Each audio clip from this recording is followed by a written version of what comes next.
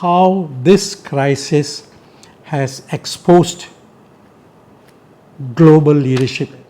If you look at the countries that have shown a kind of a careless disregard for its citizens are countries like, of course, US, UK, even Italy, and they committed one big mistake as far as I'm concerned.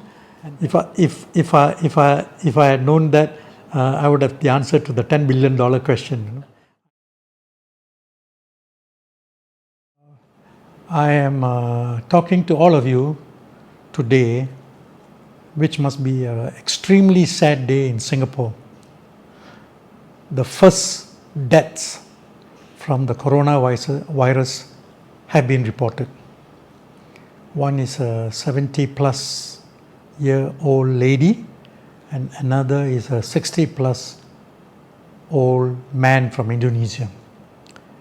And in the last few days, we have only heard about the coronavirus. Everything else is swept to the background. But I want to talk about basically two issues which have not really been mentioned in newspapers, in television screens. So let me start. The first point I want to say is, and the point came to mind when I was reading the FT Weekend this morning. And let me just read you one paragraph. In this time of crisis, we face two particularly important choices. The first is between totalitarian surveillance and citizenship empowerment. The second is between nationalist isolation and global solidarity. I think the two are very important. A lot of Singaporeans, concerned citizens especially, concerned citizens of the world, have to think about this seriously. On the one hand, you need surveillance to make sure that is data collection, looking at cameras, to make sure that they can do contact tracing. What do I mean by that? I mean that people, they can say, okay, you met so-and-so at this time. I need to go and investigate that person. So that's the first one. The second is between nationalist isolation and global solidarity. I think what the writer means is we cannot ignore globalization. We cannot shrink into our own country. We still have to have a global presence because, and I think the word he uses is solidarity. I think that's very important. How these two choices will play out will be, a lot of it will depend on the governments, because if they use the materials that they get during their surveillance for other activities, for other reasons, then the whole thing will collapse. The second point I want to talk about, how this crisis has exposed global leadership, in the sense that if you look at the countries that have shown a kind of a careless disregard for its citizens are countries like, of course, US, UK, even Italy. And they committed one big mistake as far as I'm concerned, and that is to consider this virus, this illness, this disease as a disease that is far, far away from China. Because it's a China disease, it won't come to us. How foolish they have been, one, and more importantly, how many people have sacrificed their lives. And now we see Italy has higher number of deaths than in China. And I think, and in a way, we are sitting here in a country called Singapore, which I consider now to be the oasis in this part of the world. And the rest of the world is burning. Countries like Taiwan, Hong Kong, and Singapore are relatively calm. That's what I would say. And I think there are things to be learned from these countries and the way they tackle the crisis.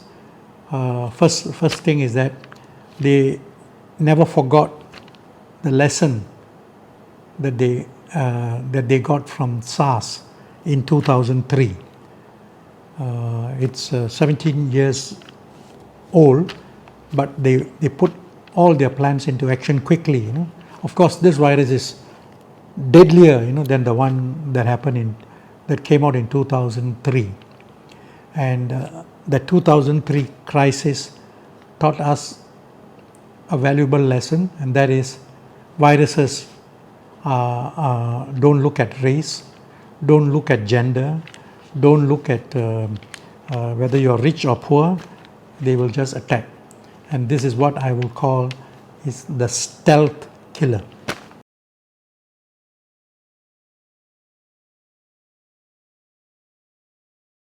I think, as I mentioned just now, Singapore is one, Hong Kong is another one, Taiwan is another one, and Taiwan is especially important to study because one, it is very close to China, right? Although it doesn't have that many contacts. But I read an article somewhere which said that over 300,000 people, Taiwanese, live in China. So there are a lot of business contacts, there's a lot of tourism flow. Despite that, it has managed to contain. So far we have only seen one death there. But I think why it is, to me, is more exemplary than Singapore is that it is what many people call a messy democracy. If you watch sometimes, you will see in Parliament what happens, throwing of chairs and punching. I'm not saying that we need to import that here, but despite that kind of a democracy, right, that kind of a freedom, they have still managed to achieve this kind of result, which I think is tremendous, and I really don't know what it is. Singapore, it's very, very centralized, very central control. There's a government in power. It's a government that has a big majority in Parliament, and in some ways it is also a very trusted government. They know that when it comes to a crisis, they will handle it well. I think it is in the Singaporean psyche. So I think that's a difference. And all the reports that I'm reading is also India is beginning to show that it has managed this problem well. And in fact, India should be having a bigger problem. Nearly 1 billion people. I'm told that Kerala has done it extremely well. Maybe because they experienced a Nipah crisis. The Nipah crisis a few years ago, maybe they have learned their lessons there.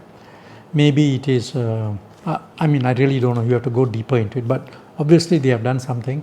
But having said that, I think I'm not so sure that they have done testing of all people or most people, because if you go to the villages, I don't think testing happens there.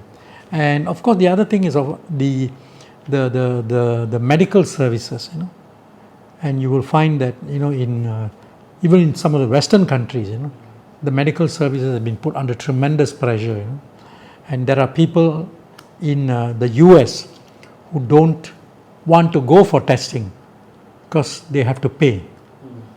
Many of them don't have insurance. So a lot of these factors are coming into play and exposing countries' systems, political systems, leadership quality, and medical infrastructure.